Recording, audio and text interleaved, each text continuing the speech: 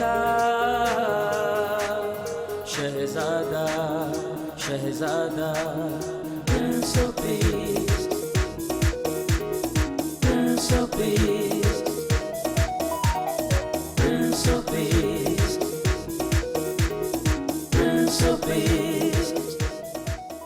Break کے بعد ہم آپ کو خوش آمدید کہتے ہیں اور پرنس آف پیس میں ہم آج جس موضوع پر گفتگو کر رہے ہیں وہ آزادی کو محفوظ رکھنا ہے. میں ایک پرندے کے بارے میں پڑھ رہا تھا کہ ایک دفعہ کسی پرندے کو کسی نے پکڑ کر جو ہے وہ کچھ عرصہ کے لیے باندھے رکھا اور بڑی دیر تک پھڑپھڑاتا رہا, وہ پر مارتا رہا تاکہ میں آزاد ہو جاؤں. اور جس نے اسے پکڑا اور باندھا تھا, غلام بنایا تھا, کوئی 7 فٹ کی رسی تھی, اس کے ساتھ اسے باندھ دیا اور پھر کچھ عرصہ کے بعد اسے کھول دیا. اور اب پرندہ کیا کرتا ہے کہ وہ اڑتا ہے اور 7 فٹ تک جاتا ہے, پھر واپس اسی جگہ پر آ جاتا ہے کیونکہ کچھ عرصہ اس نے غلامی میں وقت گزارا. اس سبب سے اب اس نے جو آزادی کا جو اس کے اندر بات تھی, سوچ تھی, وہ ختم ہوگی. اسی طرح جو لوگ گناہ کے جوئے میں, غلامی میں, شریعت کا جوا اور طرح طرح کی بری عادات جو لوگوں کی سے جب اس کی غلامی میں رہتے ہیں تو وہ فیل کرتے ہیں کہ اب ہم آزاد نہیں ہو سکتے. تو آج میں آپ کو یہ پیغام دینا چاہتا ہوں اس موقع پر کہ یسوع مسیح نے ہمیں آزاد کیا ہے. ہلیلویہ. تو اسی گفتگو کو جو جس پر ہم بات کر رہے ہیں, سیکھ رہے ہیں کہ ہمیں اپنی آزادی کو قائم رکھنا ہے. پادری صاحب جیسے بریک پر جانے سے پہلے پاسٹر سرفراز بتا رہے تھے کہ یسوع مسیح نے کہا کہ میرے جوے کو لے لو کیونکہ وہ ہلکا اور ملائم ہے. جی بھائی صاحب, مزید اس حوالے سے آپ کیا پیغام دیں گے؟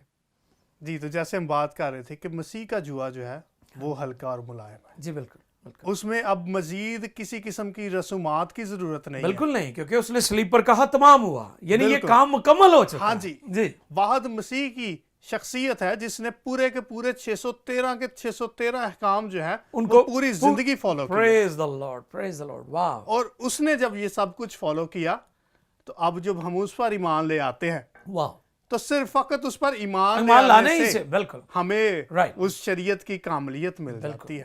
نجات مفت ہے اور یسوع مسیح پر ایمان لانے سے ملتی ہے. بے شک, بالکل. اور فقط اس پر ایمان لانے سے ہم بھی کامل ٹھہر جاتے ہیں اس کے ساتھ, کیونکہ اس کی جو راست بازی ہے وہ ہمیں مل جاتی ہے. بالکل ٹھیک ہے. اور خدا کا شریعت کو دینے کا مقصد بھی یہی تھا جی کہ انسان پہچانے بالکل کہ وہ یہ کام نہیں کر سکتا. خدا کے سٹینڈرڈ پر اس کی اپنی جو کاوش ہے اس کے ذریعے سے وہ پورا نہیں اتر سکتا. صحیح, ایسے ہی ضروری ہے کہ اسے کوئی ایسا شخص, ایسا عوضی آئے جو اس معیار پر مطلب اس کو لے کے آ سکے. ہاں جی, صحیح صحیح, جو اس کو اس معیار پر لے کر آئے اور اسے اس جوئے میں سے نکال لے. آمین.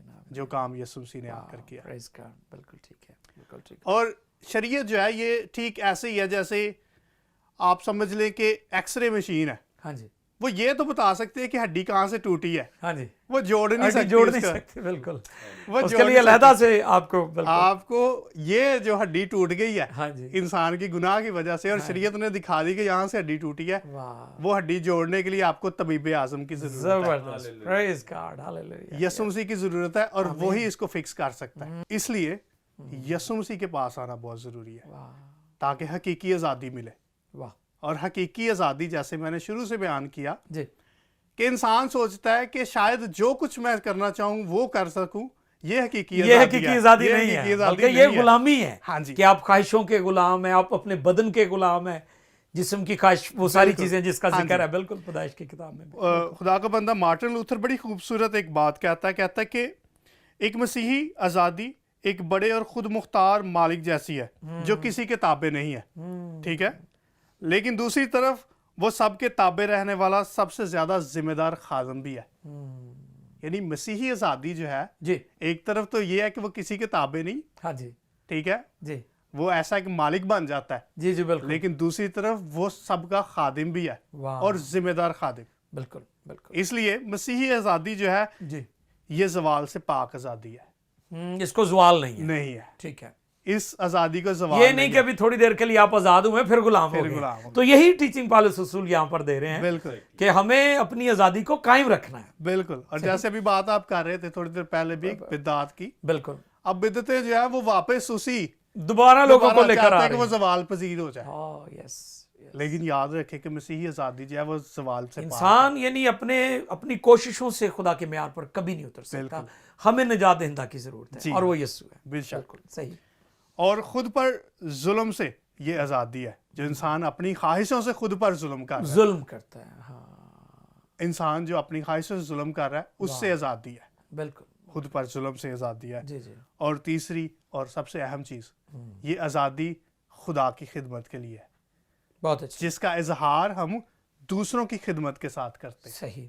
جی یعنی آزادی جو ہے یہ خدا کی خدمت کے لیے ہے اور دوسروں کی خدمت کے لیے.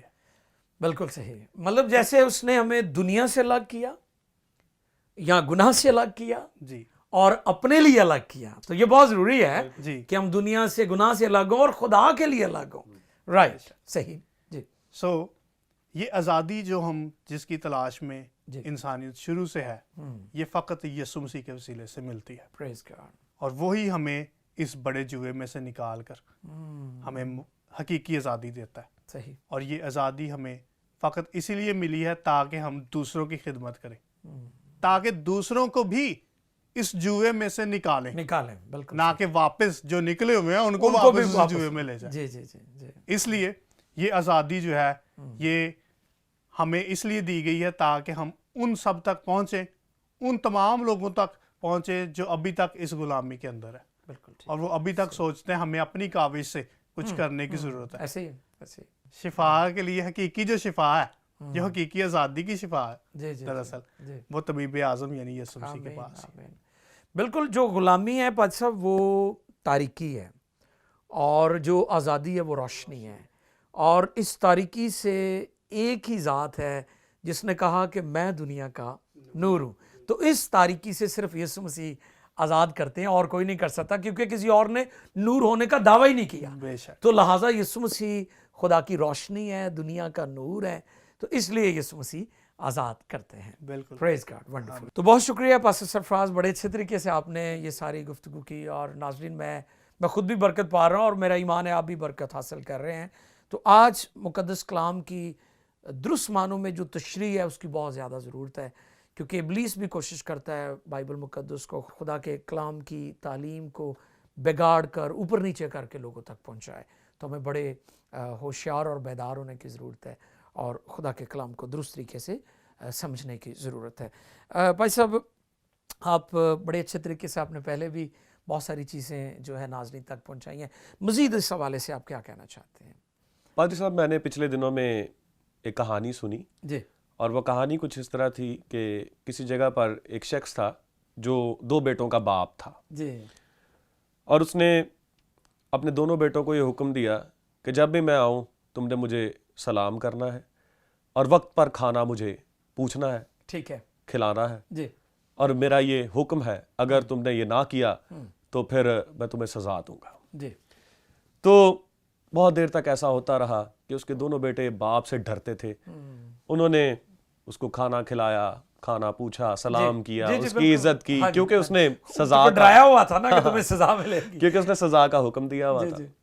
تو کسی اس کے دوست نے کہا کہ یار تم اپنے بیٹوں کے ساتھ ایسا کر رہے ہو, کیا تمہیں پتا ہے تمہارا کون سا بیٹا تمہیں حقیقی پیار کرتا ہے ان دونوں میں سے, اور کون سا جو ہے وہ تم سے ڈر کے تم سے محبت کر رہا ہے؟ خوف کی وجہ سے یہ کہا کہ یار بات تم نے بڑی اچھی کی ہے, میں نے کبھی اس بارے میں سوچا نہیں, تو میں کیا کروں کہ مجھے پتا چل جائے کہ میرا کون سا بیٹا مجھے واقعی پیار کرتا ہے.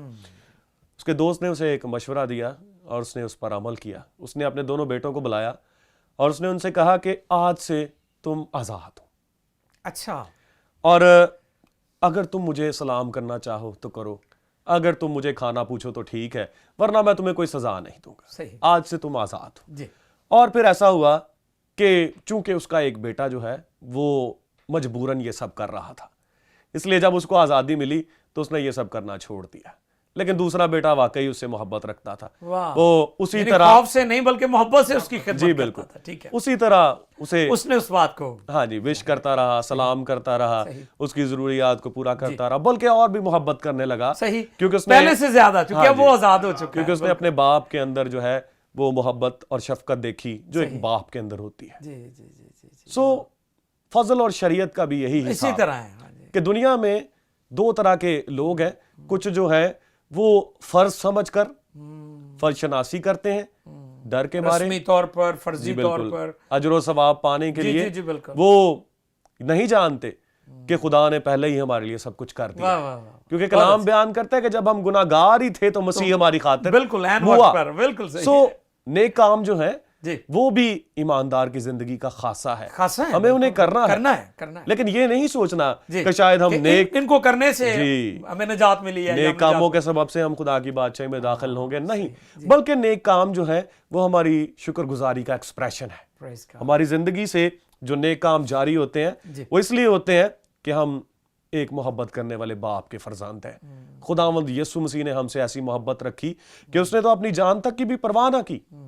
بس ہماری زندگی سے شریعت سے بھی بڑھ کر اچھے کام نکلتے ہیں، کیونکہ خداوند ہمیں آزاد کرتا ہے اور اس کی آزادی کا یہ تقاضا ہے کہ ہم اس کی محبت میں گرفتار ہو جائیں، اس کی محبت میں ڈوب جائیں اور پھر وہ سب کریں جو ایک اخلاقی خدا جو ہے تقاضا کرتا ہے. کیونکہ ہمارا خدا ایک اخلاقی خدا ہے، ایک اخلاقی شخصیت ہے، اور اس نے ہمیں بھی ایک اخلاقی شخصیت کے طور پر بنایا ہے اور ہم سے توقع کرتا ہے.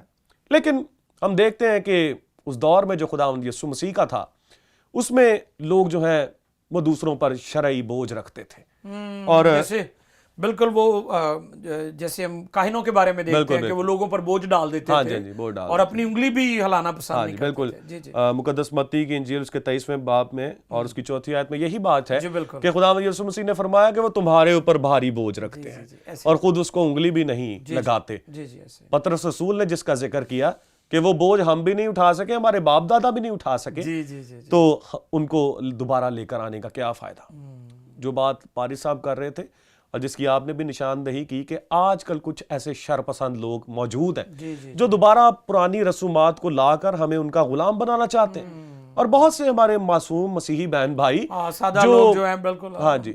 جو اس بات کو نہیں سمجھتے کہ ابلیس کتنا چالاک ہے اور کس طور سے مذہب کا لبادہ اوڑھ کر ہمیں دوبارہ غلامی میں لے جانا چاہتا ہے. تو میں نے دیکھا کہ وہ نرسنگوں کی عید دوبارہ منا رہے ہیں اور شاید عید خیام دوبارہ منا رہے ہیں اور طرح طرح کی عیدیں منا کر جو ہے جو عکس تھیں بالکل وہ مطلب سایہ تھیں. ہاں جی لیکن اب ہمیں حقیقت مل چکی ہے، ہم جو ہے وہ عارضی سے مستقل میں داخل ہو چکے ہیں، تو ہمیں اس طرف بڑھنا ہے. بالکل صحیح. پولس رسول اس بات کو کہتا ہے کہ تمہارا فصح مسیح ہے جو قربان ہوا، اور ہم روز عید کرتے ہیں. جی ہماری تو روز ہی عید ہوتی ہے، بالکل روز عید ہوتی ہے، کیونکہ ہم خوشی منانے والے لوگ ہیں. مسیح کی خوشی ہمیشہ ہمارے دلوں پہ ٹھہری رہتی ہے اور ہمیں نجات جو ہے وہ شرعی کاموں سے نہیں بلکہ فضل سے ملتی ہے. افسیوں کے خط اس کے 2 باب کی 8ویں آیت میں پڑھتے ہیں کیونکہ تم کو ایمان کے وسیلے سے فضل ہی سے نجات ملی ہے، یہ تمہاری طرف سے نہیں خدا کی بخشش ہے. ہمیں خدا کی بخشش کو پہچاننے کی ضرورت ہے. گلتیوں کے خط کے 5ویں باب کی 13ویں آیت میں ہم پڑھتے ہیں اے بھائیو تم آزادی کے لیے بلائے تو گئے ہو، مگر ایسا نہ ہو کہ وہ آزادی جسمانی باتوں کا موقع بنے. میں اس پہلو کی طرف بھی تمام ناظرین کی توجہ دلانا چاہتا ہوں کہ آزادی ہمارے پاس ہے. آزادی بہت بڑی نعمت ہے، جیسے سرفراز صاحب نے بیان کیا کہ جتنی بھی انواع ہیں، بنی نوع انسان ہے یا دوسرے، ان کے اندر یہ آزادی کا جذبہ موجود ہے. اور جو آپ نے بھی بیان کیا آزادی جو ہے ایک بہت بڑی نعمت ہے، لیکن آزادی اس وقت تک قائم رہتی ہے جب تک ہم اسے بدی کا پردہ نہیں بناتے. ہمیں آزادی کو جو ہمیں ملی ہے اسے کبھی بھی بدی کا پردہ نہیں بنانا. بالکل صحیح فرمایا. اور یہ اتنی اہم بات ہے کہ مقدس پطرس نے بھی اس کا ذکر کیا، اور ہم دیکھتے ہیں پہلے پطرس کے 2 باب کی 16ویں آیت میں لکھا ہے اور اپنے آپ کو آزاد جانو مگر اس آزادی کو بدی کا پردہ نہ بناؤ بلکہ اپنے آپ کو خدا کے بندے جانو. اس ہمیں بہت زیادہ خدا کی شکر گزاری کرنی ہے کہ شریعت کے جھنجٹ میں اگر آج تک ہم پڑے ہوتے تو کبھی بھی خدا کی محبت کے بارے میں سوچ نہیں سکتے تھے. ہمیشہ ذہن میں قربانیوں کے بارے میں بالکل اور گناہ کے بارے میں اور مختلف تصورات ہمارے ذہن میں چل رہے ہوتے. اب ہمارے پاس یہ موقع ہے کہ ہم آزادی کے ساتھ اپنے اور خدا کے تعلق پر غور کر سکتے ہیں، کیونکہ یہ ریلیشن جو ہے یہ خدا نے ہمیں ریلیجن نہیں دیا بلکہ ریلیشن دیا، اور اس ریلیشن میں بڑھتے رہنا، خدا کی رفاقت میں بڑھتے رہنا ہے، اور یہ زمین پر فردوس ہے. خدا کی بادشاہی میں ہم داخل ہو چکے ہیں. پریز گاڈ، پریز گاڈ. بالکل صحیح. یہ آزادی ہے